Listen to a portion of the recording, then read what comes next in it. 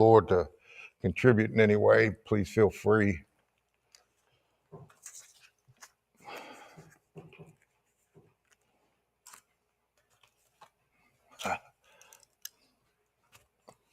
Everybody doing all right today? Yeah. All right. I'm doing good. All right. Turn to Revelation 21, please.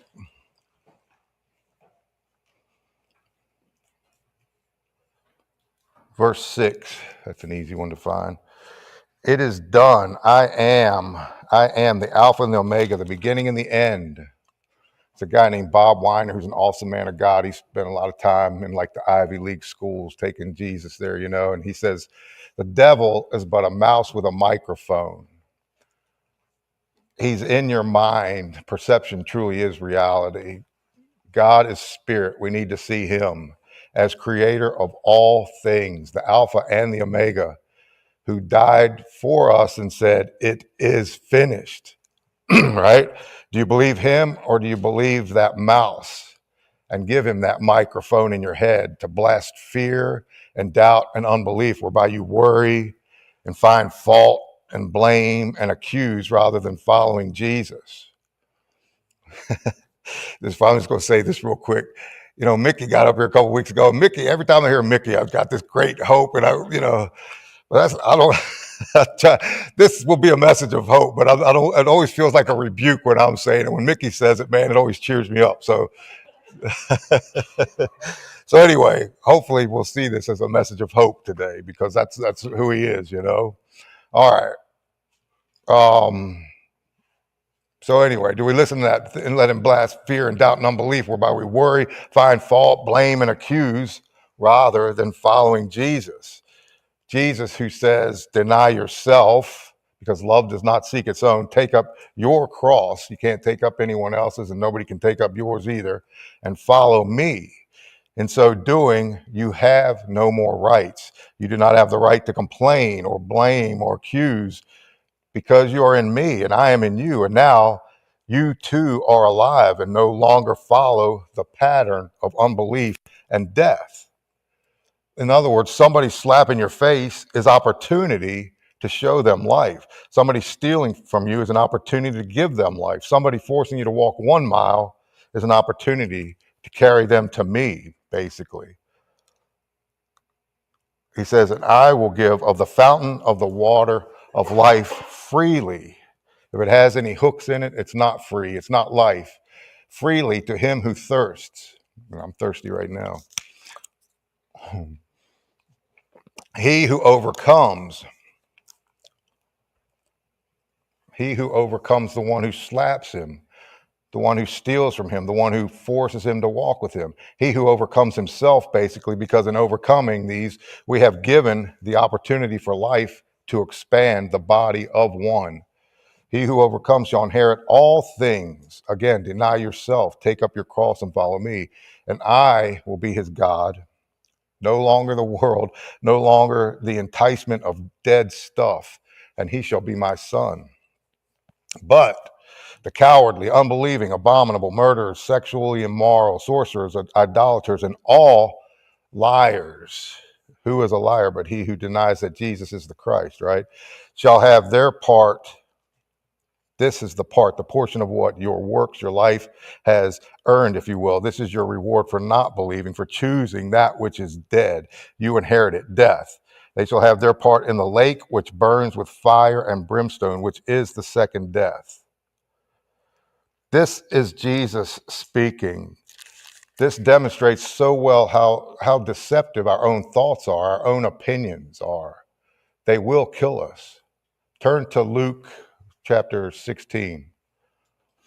And this is pretty cool because in SOS a couple of weeks ago, I don't see Christine in here, but I shared a little bit of this, and she came in last Sunday and she says, I felt like the Lord told me you were supposed to share on what you were talking about in SOS. And I had just written that down like a half hour before. I felt like the Lord told me the same thing.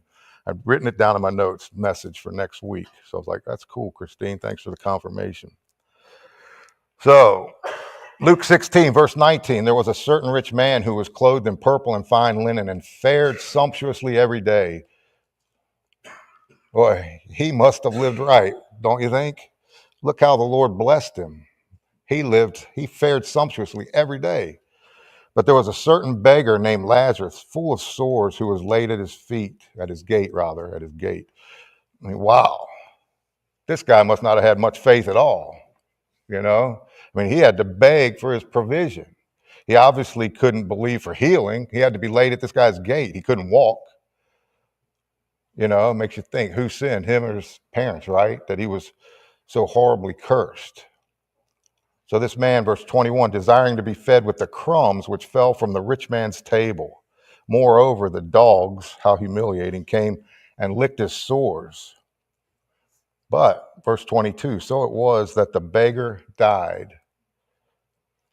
This was his final earthly condition. He never had the faith to believe for all of God's promises, right? That's the way it seems, which the church so longingly implores us to believe and so determinedly tells us are ours if we just have enough faith, prosperity now, right? 22 continued. He was carried by the angels to Abraham's bosom. He went to heaven. Is this what we preach? This is what Jesus preached on earth, basically, that we, the church, those who profess to represent him, have everything backwards. Life, as we on earth see it, should represent extravagance, faring sumptuously every day. Otherwise, we must not be successful by any measure, The world will mock Lazarus as well as will the church, maybe especially the church. How can you preach to the world when you have no stuff? You need money. You need social media presence. You need a lot of likes. You need a jet to where you need to be. No, certainly without sufficient stuff, you cannot proclaim the goodness of God. If you are a cripple and a beggar, there's no way you're a faithful follower of Jesus. 22 continued. The rich man also died and was buried. And being in torments in Hades, he lifted up his eyes and saw Abraham afar off and Lazarus in his bosom. This is one thing the Lord's been saying to me now. It's always now. Again, I'll quote this Albert Einstein saying, he says, the distinction between past, present, and future is only a stubbornly persistent illusion. It's always now. That's why it's the little things, right? He can be trusted with the small stuff, can be trusted with the big stuff because it's now. It's what your thoughts, every thought now, everything you're doing now. That is the big stuff because it all accumulates into who you are. The future is now. Live for now. Who is Jesus? He is the time. He's all things, right? Everything was created by, for, and through him, so he's also the time. Again, like I said this morning, Carl Jung once said, hurry is not of the devil, hurry is the devil, because if we have all things, if he is the time, which he is, why would we ever be in a hurry?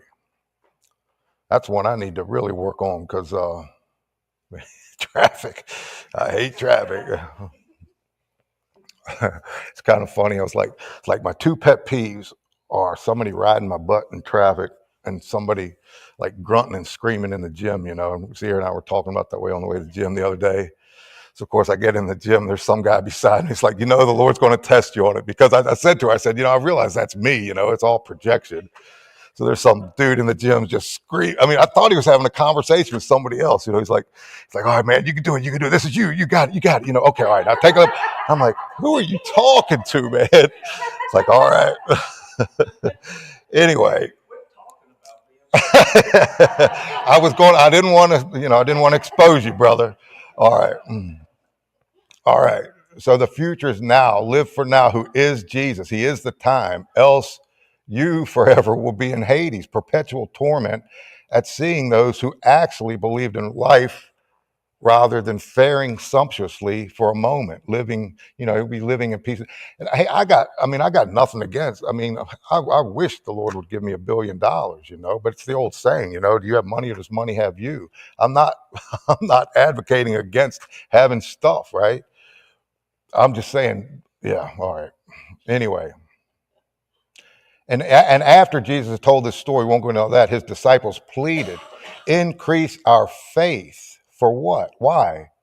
Because it's through faith and patience we inherit the promises, right? I think that's Hebrews 3, I'm not sure, but it's in Hebrews somewhere. But it's through faith and patience we inherit the promises. Lazarus must have had great faith and patience. He inherited life. The other guy didn't. But what would the church say today? You got to believe for it. And I've read that this is not a parable. Jesus is telling a true story about two men and Abraham. It is a story of hope, because no matter what your condition is, right? If we believe, this is a temporal thing. Let's read those two verses again, 19 and 20. There was a certain rich man who was clothed in purple and fine linen and fared sumptuously every day. But there was a certain beggar named Lazarus, full of sores, who was laid at his gate, desiring to be fed with the crumbs which fell from the rich man's table. Every day this rich man fared sumptuously, while every day this beggar desired to be fed with his crumbs. So which one was blessed? Again, what would today's church say, the U.S. church say? Which one had the greater faith? So which one was blessed, It's kind of a trick question, because it's both of them, right? It's both. If we're alive, we're all blessed, period. God doesn't show favoritism. We all have equal opportunity to him. If we are alive, we're equally blessed, period. But at the point which we're not alive, where this human tent dies, we will stand before the one who gave us life, and he will ask us two questions. What did you do with your life, and did you learn to love? And that's not the gospel of David. I've told y'all this many times before. It's from that book, Imagine Heaven, where he studied hundreds, if not thousands, of near-death experiences. And it didn't matter what their ethnicity, what their religion, where they were from, whatever. Everybody is asked the same question, because Jesus doesn't care about religion. He is religion, right? Did you learn to love? What did you do with your life? The rich man fared sumptuously every day, yet he gave away crumbs to a man so destitute that he needed those crumbs for survival. And one might say, well, did the Lord tell the rich man to give to Lazarus, right? And what he tells us all to give all, every day, everything. That is the cross. That is the power of God. Notice this, the rich man, what was his name? He didn't have a name because Jesus didn't know him. Depart from me, for I never knew you. No, nothing that we have, no matter how we get it, is our own. It's not. And we are to give it all away, or at least have no attachment to it. That when he says, sell all that you have and give it to the poor, there is no hesitation. Luke 12:48 says, for everyone to whom much is given, from him much will be required, and to whom much has been committed, of him they will ask the more. David, in 2 Timothy 4, Paul says this. He says, I have fought the good fight.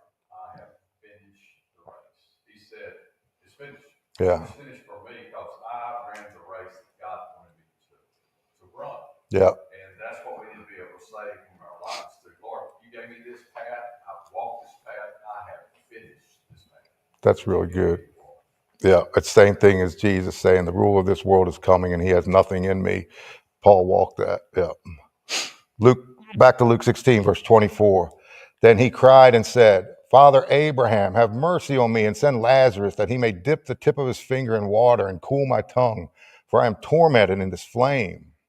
Isn't this interesting? The rich man knows Lazarus by name, yet he neglected to give him anything but crumbs as he lay at his gate, unwelcomed, or he would have let him inside his gate, wouldn't he? And now he expects Lazarus to assuage his torment.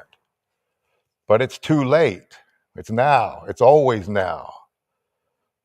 Really, we're not supposed. There's not any time to waste, and we waste by not giving, because giving brings life. Giving all that we have and all that we are on the cross, and that's the only thing that brings life. Verse 25. But Abraham said, "Son, remember that in your lifetime, you received your good things, but now he is comforted and you are tormented."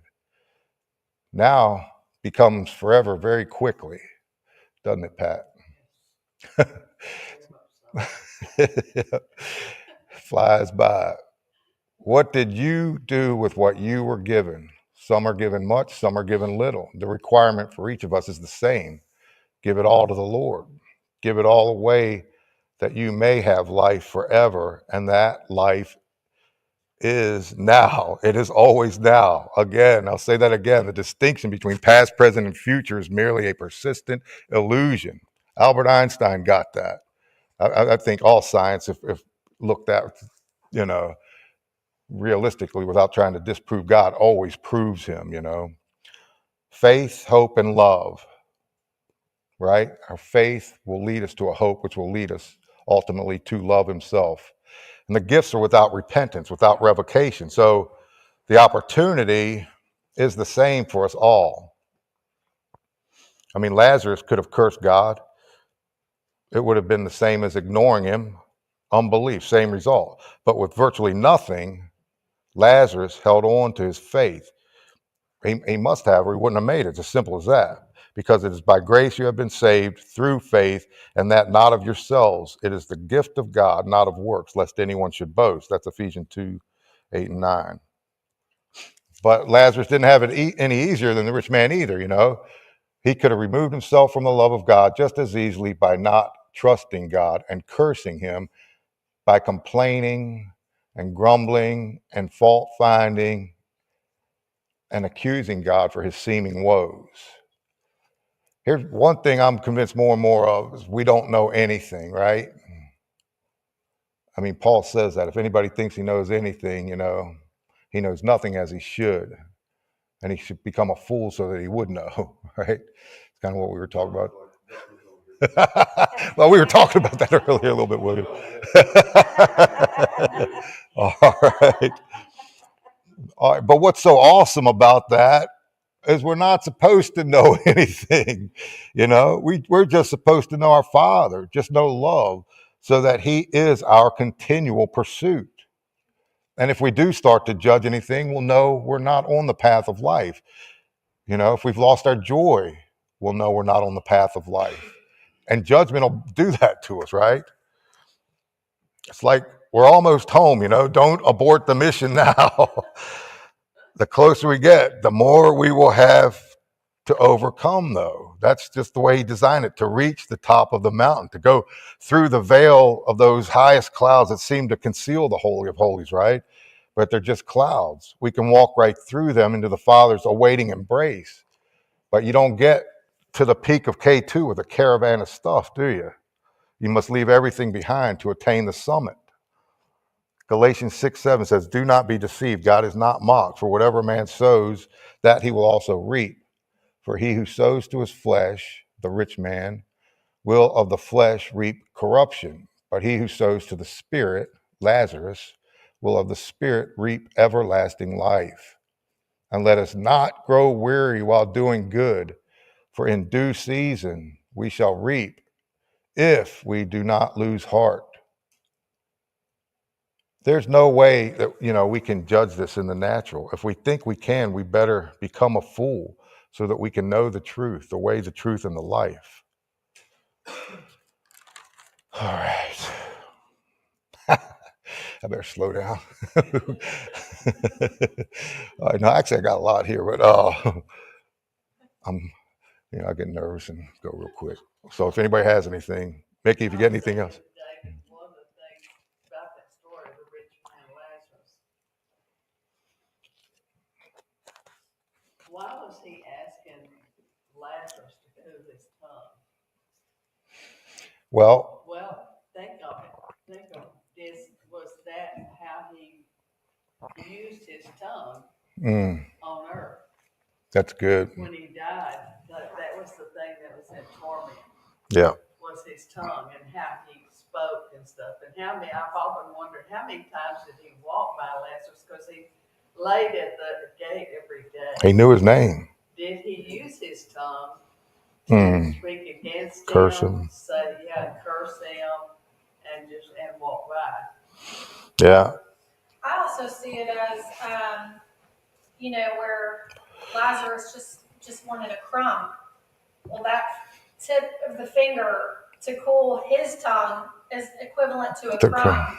As if like in that moment he realizes, oh my gosh, all he wanted was a crumb and I didn't give it. And Mhm. all I need is a crumb, a little bit of water, and then it's The difference is he had the faith that that crumb sustained him. With that drop of water, it would not satisfy, you know?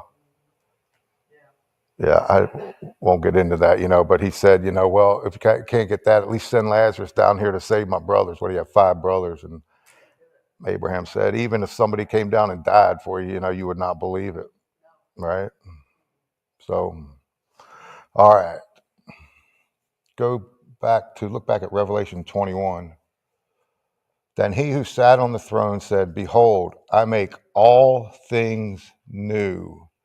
And he said to me, write, for these words are true and faithful. And he said to me, it is done.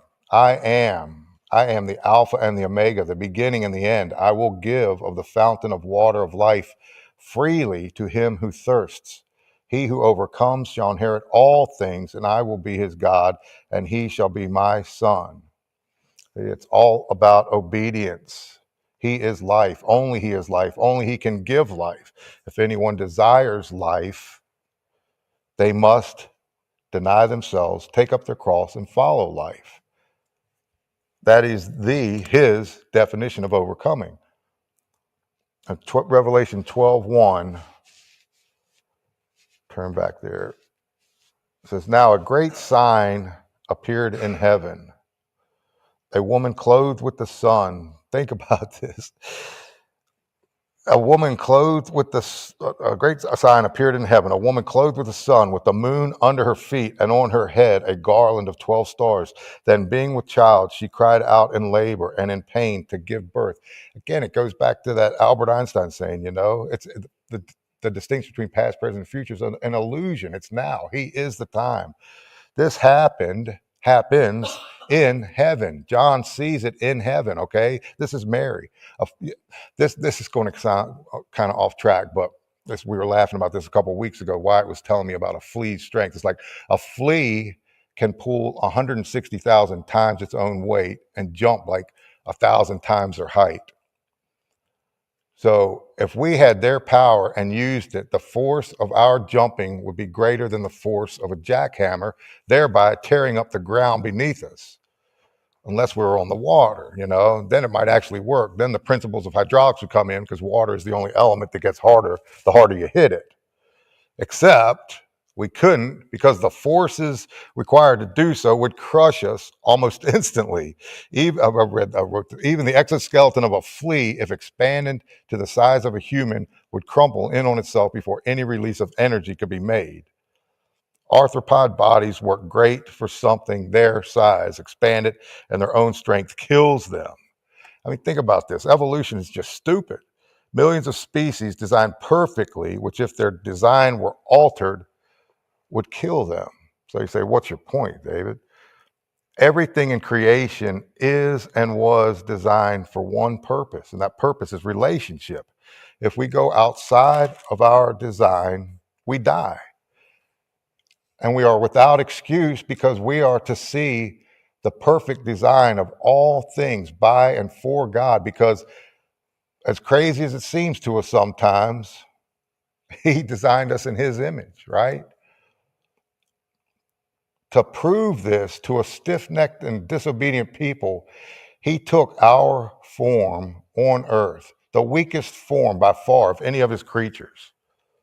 He, through, by, and for whom all things were made, came to show us our potential if we do only one thing, which is to obey him. If we actually do that one thing which he designed us to do, which he created in us the ability to do at all times, which is now, we have dominion over all things all the time. Heaven is within us, but dominion is in our minds. It's not in these pitiful shells he put us in. The kingdom is within you always at all times. Now, if you have life, you have God, and you have that potential to ascend, as John did, where he saw the past, the present, and now, and the future. And there is nothing that can hurt us or hurt you, or you cannot believe.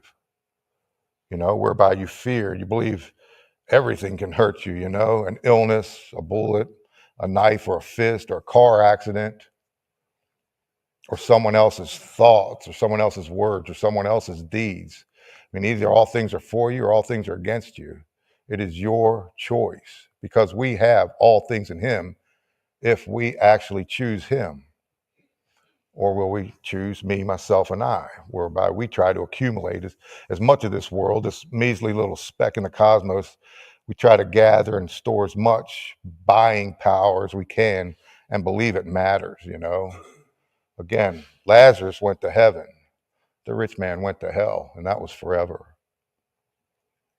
Revelation 12:11 again.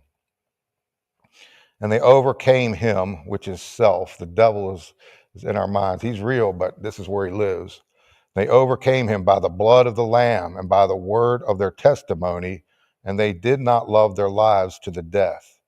Therefore, rejoice, O heavens, our true residents, and you who dwell in them, where you can and are supposed to be now. Woe to the inhabitants of the earth and the sea, for the devil has come down to you, having great wrath, because he knows that he has a short time. Time was started at the fall, right? That's when time began. And from that point, he knew. All right, go back to verse 10. It says, now salvation and strength, true strength, and the kingdom of our God and the power of his Christ have come.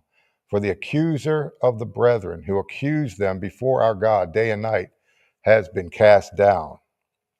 And they overcame him by the blood of the Lamb, right? His blood, his death to this world, him taking every bit of the responsibility for his creation upon himself in perfect obedience to our perfect Father, and saying, now deny yourself too. Take up your cross and follow my lead. Follow me as the very word of your own testimony, which will always testify of life. Do this in the Spirit every day now, as I was, and I am to come, that you see death actually as what? We'll see death as opportunity, as something, it says, as something I created to make the way back to me, death to death, that you may have eternal, perpetual now life in me. He says, that's how much I love you. You have the ability to love me the same. If you do, this is the point, you will love all those around you and do the same for them. All right.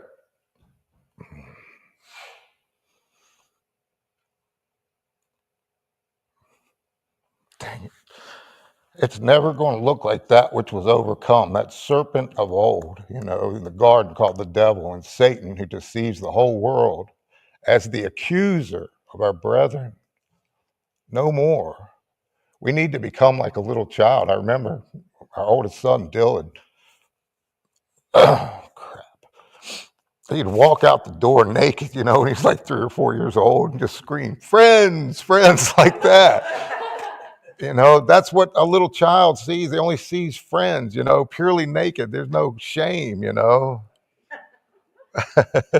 One guy, we didn't realize he went out one time. Some guy brought him back, said, is this yours?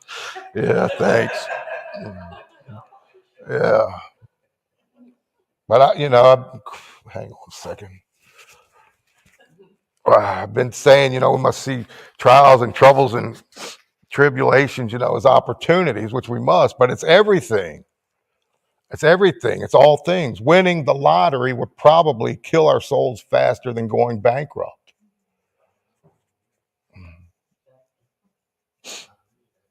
They both, and everything in between, must be seen from the tree of life. This world is a test. The test is finished. It's an open book test. Just don't compare anything. There's no comparison. There's just Jesus. Revelation 20:10 says, the devil who deceived them was cast into the lake of fire and brimstone, where the beast and the false prophet are. And they will be tormented day and night forever and ever. No respite, no rest, no break, day and night forever and ever. Because, why? Because they accused. All right? Then I saw a great white throne and him who sat on it, from whose face the earth and heaven fled away. See again, it is finished. The earth and heaven are no longer useful for God's purposes for his people. So at his command, spoken from the beginning of time, from the beginning of the world, now they flee away. Their purpose is fulfilled. Then he who sat on the throne said, behold, I make all things new. And he said to me, write, for these words are true and faithful. And he said to me, it is done. I am the Alpha and the Omega, the beginning and the end. I will give of the fountain of the water of life freely to him who thirsts. He who overcomes shall inherit all things, and I will be his God, and he shall be my son. Again, but the cowardly, unbelieving, abominable, murderers, sexually immoral, sorcerers, idolaters, and all liars, those who say Jesus is not the Christ, shall have their part in the lake, which burns with fire and brimstone, which is the second death. Was, is, will be. The distinction between them is merely a persistent illusion. Live now. Follow Jesus, okay? How important is it for us to actually believe God when he says all things are ours in him? We kind of covered this a little bit this morning in Sunday school, but if we don't believe that one statement, right, we become the accusers. We accuse him of being a liar. That one statement is the difference between life and death. If we believe it, we eat from the tree of life, whereby we are of our Father, the perfect Father, okay? Father God. If we do not believe him, what do? We eat from the tree of the knowledge of good and evil. We're not commanded to have knowledge except of him, because in him we have all knowledge. The tree of knowledge is the tree of comparison, good and evil, rich and poor, big and small, short and long, pretty and ugly. So if we do not believe we have all things in him, we make comparisons, which are accusations, which are unbelief. You say, oh, he's blessed, she's cursed or stricken, she's beautiful, he's gross. In God, all is good no matter what. All things work for good, right? In God. You think about it, every part of our body, if it was examined separately, closely, is gross, right? An eyeball by itself, a liver, a mucous membrane, all rather disgusting if viewed separately from the whole, right? But together, it's a beautiful, miraculous creation in him. So if we don't believe that one statement, Genesis 2:16, of every tree of the garden you may freely eat, but of the tree of the knowledge of good and evil you shall not eat, for in the day that you eat of it you shall surely die. If we don't believe that, surely we will die. You can't live by calling God a liar. And calling God a liar makes you a son of the devil, of death. So back to Revelation 12 again. Now, he says, now, it's always now, so be in him. All right, I'm going to add my own notes in here, so now, it's always now, so be in him, or the day that you eat of the knowledge outside of him, which actually there is no such thing, so you're eating a lie, the lie which is self, the lie of separation from him. You will die by being separated from him. Salvation, the way back to him after we accused him of lying and thereby chose separation from him, otherwise known as death. Salvation and strength and the kingdom of our God and the power of his Christ, the cross, death to self, which is death to death, denying oneself, which is death, have come. For the accuser of our brethren who accused them before our God day and night has been cast down. See that one word to describe and define Satan. Accuser. Accusation is death. Accuse and you will be of your father, the accuser, the devil. Why? Because any accusation means you don't believe God, who says you have all things in him, who says all things work for good for those who love him and are called according to his purposes. But we've taken the bait. We've swallowed it hook, line, and sinker. We actually believe someone with a lot of money, is more blessed than someone who is poor, even destitute. It was Lazarus who had faith and patience. He had to have both because it is through faith and patience we inherit the promises, as we said earlier. The rich man did not. The rich young ruler did not. But they sure were blessed, weren't they? And they trusted in themselves for that blessing. So Lazarus was laid at the gate of the rich man. The rich man knew his name. The rich man actually became the beggar, as you were saying, Pat, asking that Abraham would allow Lazarus to just put a drop of water on his tongue. On earth, he did not allow Lazarus in his gate to feed and shelter him. He allowed the dogs to lick his sores. Why? And again, right back to what you said, Pat, accusation. The same that we have. Oh, he must not be living right. He must not have faith for healing, faith for provision, or else he could take care of himself. Jesus says you will always have the poor among you. Why? Because it's part of this earthly test, which ends in but a moment. Look at, turn to James chapter 1.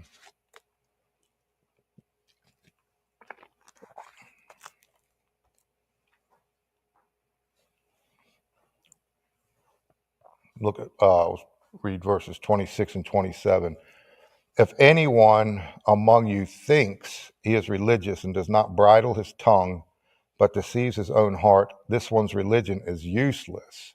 Pure and undefiled religion before God and the Father. I love that. You know, people who say Jesus isn't God, right? Before God and the Father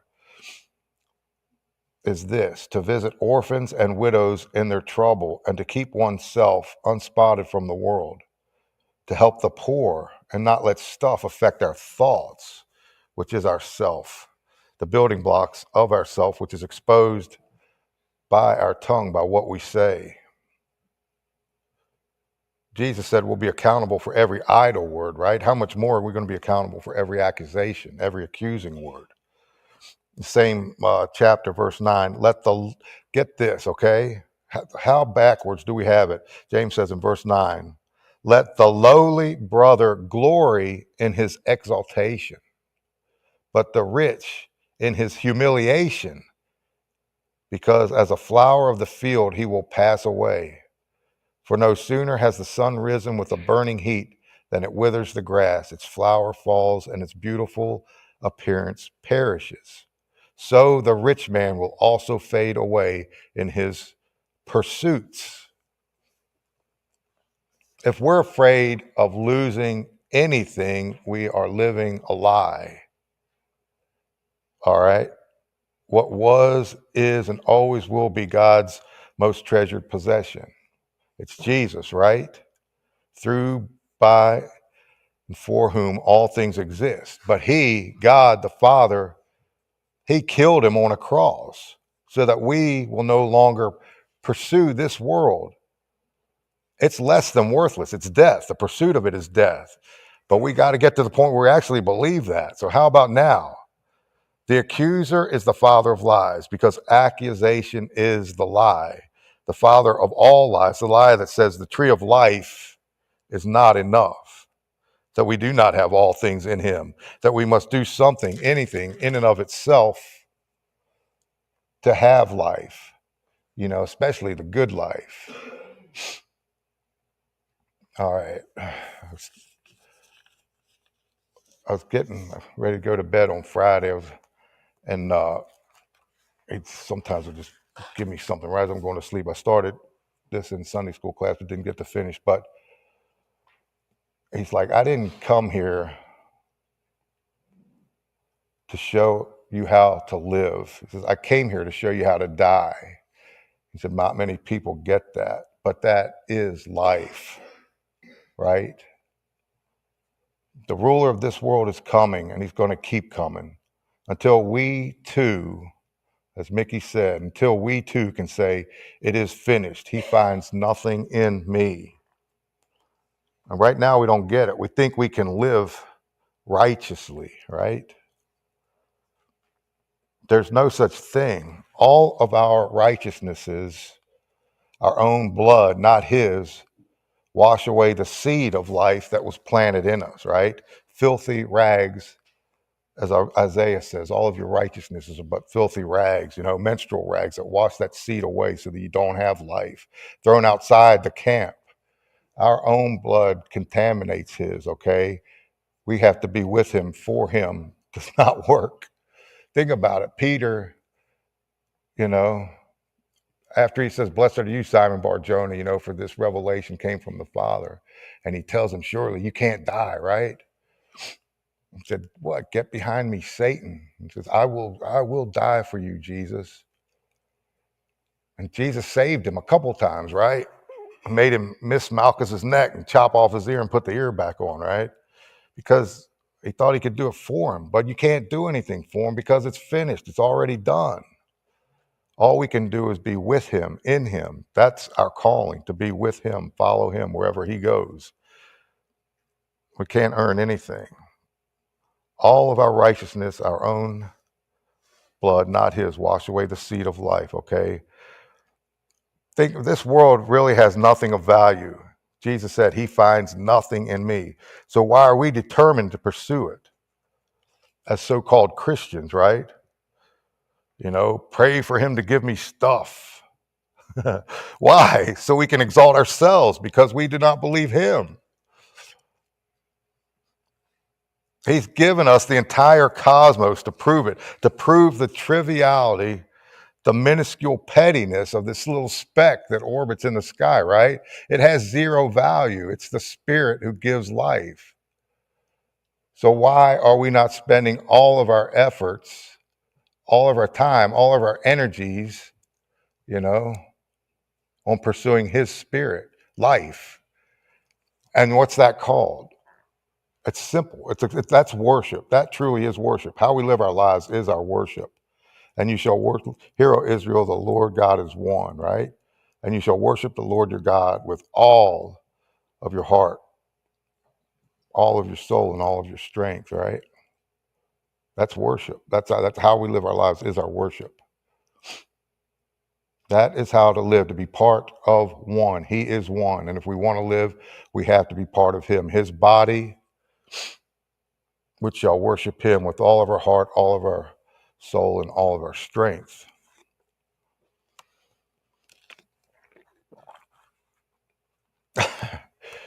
Or we can actually believe that anyone gives a crap if we manage to accumulate all the world, What, the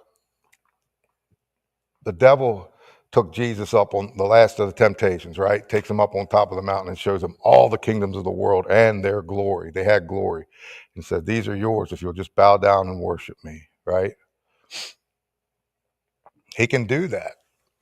Says the ruler of this world is coming and he finds nothing in me. So Jesus, says, the one who created all, says Satan is the ruler of this world. So he promises he can give us, and we talked about this in Sunday school, he can give us all the world and its glory. But he's the father of lies, right? So what is the lie? This world is the lie. He can give us, it's an illusion. He's the grand illusionist. If you can see it and touch it, it just disappears, just like we read in James. We got to stop putting our faith there and actually believe him, that we have all things in him, all right?